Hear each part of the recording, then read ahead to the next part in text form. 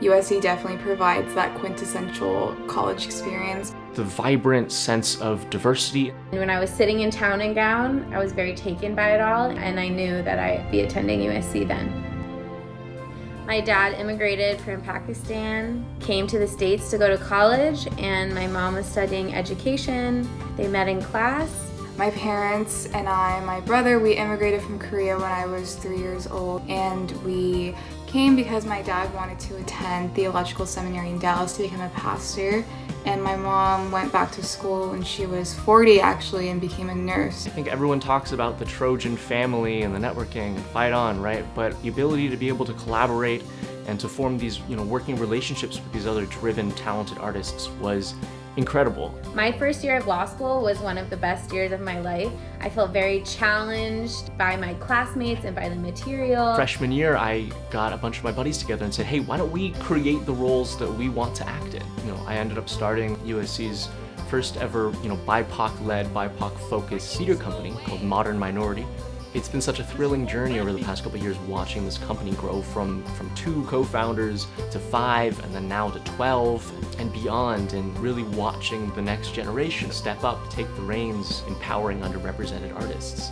I came from Texas, so I'd never really witnessed homelessness to the degree that it is here in LA, and it kind of broke my heart seeing that there are people experiencing it around the gates of USC. Homelessness is a mostly invisible issue on campus, but some people are consistently sleeping in their cars and libraries. They come out to their parents as LGBTQ+ and they get kicked out of their house. Some students come from abusive households. Some students move out here from a different state and then they lose contact from their parents or lose financial support. There are a few international students who come here and then their parents can't support them. Hi, my name is Esther Cha, and I'm Abigail Young, and we are the co-founders and co-presidents of Trojan Shelter. What helped the most was the fact that we were young and naive, and we kind of had this passion, and we knew that we can do it. It was a lot harder than we had expected, but we had a lot of support from the Asian American community we worked with. We got a lot of support from alumni, from the Dean of Price. We got over 50 volunteers in our first semester. The biggest help that we received was from Bruin Shelter and then also from the church, St. Mary's Episcopal. It's just not okay that these are the best and the brightest that we have, and we are not shepherding them through the system. And that is what Abby and Esther and her entire team are doing.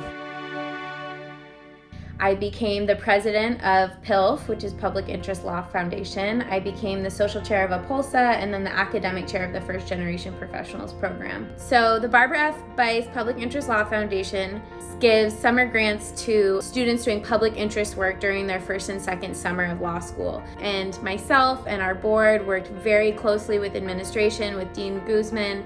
And in October of 2019, the dean announced that all public interest summer grants would be guaranteed for first and second year students who were doing qualified public interest work. That was probably the highlight of my law school career. After I heard the news, I cried in my car because the reality is that's going to impact public interest students. It's going to have a great impact on the Los Angeles legal community because it means having more students doing that pro bono work. The whole shift to virtual USC classes actually started on my birthday. It was Friday the 13th. Almost 200,000 people have died from COVID-19 in the United States. A lot of the introspection from day 181 came from that pent-up loneliness and frustration and reminiscing about fun times with buddies going to USC football games. And I think really though what I was especially passionate about focusing on, being able to spend time with my family.